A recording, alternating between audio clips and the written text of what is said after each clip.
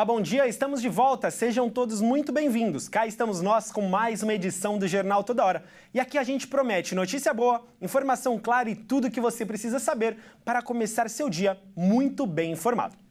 Yoon Suk-yeol compareceu nesta terça-feira novamente ao Tribunal Constitucional. A corte julga o processo de impeachment instituído depois dele declarar a lei marcial na Coreia do Sul. O presidente sul-coreano Yoon Suk-yeol, detido e afastado do cargo por ter declarado lei marcial, compareceu novamente nesta terça-feira ao Tribunal Constitucional, que examina se vai ratificar a moção de impeachment aprovada pela Assembleia Nacional. O líder conservador provocou uma grave crise política ao suspender a ordem civil na noite de 3 de dezembro e enviar tropas à Assembleia Nacional, onde os deputados da oposição revogaram a lei marcial. Poucos dias depois, os parlamentares aprovaram uma moção de impeachment contra ele e o suspenderam das funções. O cargo agora está nas mãos do Tribunal Constitucional, que deve decidir se ratifica ou não a decisão parlamentar. O presidente, que em uma audiência anterior negou ter instruído os militares a expulsar os deputados da Assembleia, insinuou nesta terça que não se importa se havia ordenado a prisão de políticos durante a lei marcial. Os juízes do Tribunal Constitucional também ouviram o depoimento de 2 ex-comandantes do Exército e de um ex-espião da Agência de Inteligência. Devido à declaração da lei marcial, sem precedentes nos quase 40 anos de democracia na Coreia do Sul, Yoon também é investigado por insurreição, um crime que pode ser punido com a prisão perpétua ou pena de morte. Janeiro terminou, fevereiro começou e as aulas já voltaram na maioria das escolas. E esse ano letivo começa com a restrição do uso de celulares nas escolas públicas e privadas do país. A determinação vale tanto nas salas de aula quanto para os intervalos. Sancionada no início de janeiro deste ano, a lei federal procura limitar o uso de dispositivos eletrônicos portáteis nas escolas públicas e privadas. A intenção é proteger crianças e adolescentes dos impactos negativos causados pelos aparelhos na saúde mental, física e psíquica. A medida deve ser aplicada nas salas de aula, no recreio e intervalos, mas permite o uso pedagógico, ou seja, quando autorizado pelos professores. Segundo o Ministério da Educação, a determinação já foi adotada em outros países, como França, Espanha e Dinamarca. Para que a lei seja aplicada corretamente, o MEC prepara uma regulamentação que deve ser divulgada até o fim de fevereiro.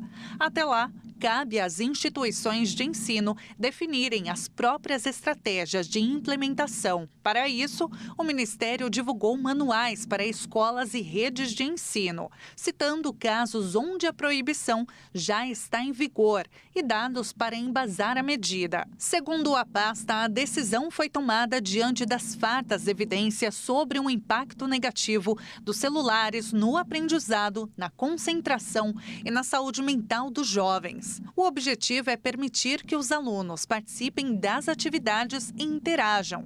Estudos apontam que o uso excessivo de telas prejudica o desempenho acadêmico, reduz a interação social e aumenta as chances de depressão e ansiedade entre os jovens. E para os pequenos que estão acostumados com isso, a começar o dia já grudados no celular, vai ser uma decisão meio difícil, mas pode ter certeza que vai ser muito bom para todo mundo. E olha só, um caminhão destruiu parte da estrutura de um pedágio após o motorista perder a direção no Rodoanel em São Paulo. Graças a Deus, ninguém ficou ferido.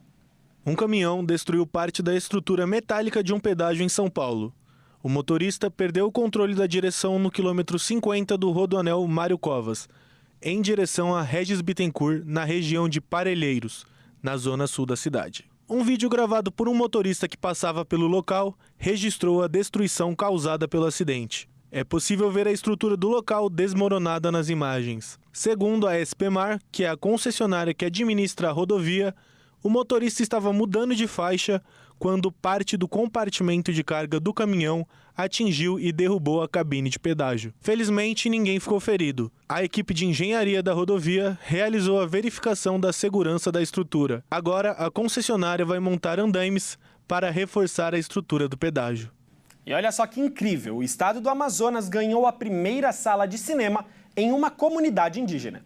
Na inauguração, foram exibidos um documentário e curtas-metragens com temas ligados à cultura indígena e à amazônica, ao meio ambiente e à ancestralidade. A aldeia indígena Inhambé, na zona metropolitana de Manaus, inaugurou o primeiro cinema em um território indígena da Amazônia. O projeto Cine Aldeia, liderado pela cineasta indígena Thaís Cocama e lançado em 2019, se tornou um centro cultural para exibições de filmes e workshops. A importância é de a gente estar sendo protagonista da nossa própria história e estar levando, o cinema para as pessoas que ficam impactadas com a estiagem. A estiagem ela dificulta a nossa saída da aldeia, Quando o rio está seco, a gente é surpreendido com esse impacto da estiagem. A gente vem andando 2h30 e dificulta o nosso acesso à cidade para assistir um cinema, um filme, entendeu? E hoje a gente vai poder estar assistindo na nossa própria aldeia. É um sonho realizado, que as crianças vão poder assistir os filmes, o documentário, as coisas que acontecem lá fora, porque nem todos têm acesso à cidade, A gente tenta colocar os nossos filhos, nossas crianças para estudarem dentro da aldeia mesmo, para que eles não possam estar correndo o risco de sofrer algum, como é que eu posso dizer, ainda existe preconceito. Na abertura foram exibidos o documentário de Cocama, Traços da Resistência, além de curtas-metragens que mostram o talento de indígenas de todo o Brasil. É muito importante, é a disseminação da cultura, Ter a cultura, tanto quanto ver outros parentes nas telas, ver sendo produções realizadas por outros parentes também, isso incentiva muito. Isso mostra que a gente pode chegar lá também, as crianças que são pequenas, que gostam de fotografia, que gostam de filmar, que gostam de atuar, mostra para elas também que elas podem estar ali. Então elas têm onde se espelhar também. De acordo com a Agência Brasil, o Cine Aldeia é um dos projetos selecionados pelo concurso Prêmio Manaus Identidade Cultural Audiovisual por meio da Lei Paulo Gustavo. O objetivo é promover a inclusão cultural e fortalecer a identidade dos povos originários por meio do audiovisual. Inclusive, eu participei de alguns projetos que me levou, a isso. É isso, muito bacana. E por enquanto é só. O Jornal Toda Hora agradece a sua companhia e eu te adianto, a próxima edição, que será comigo também às 12h50, tem mais notícias importantes para você. Até lá, fiquem com Deus. Até já. Tchau, tchau.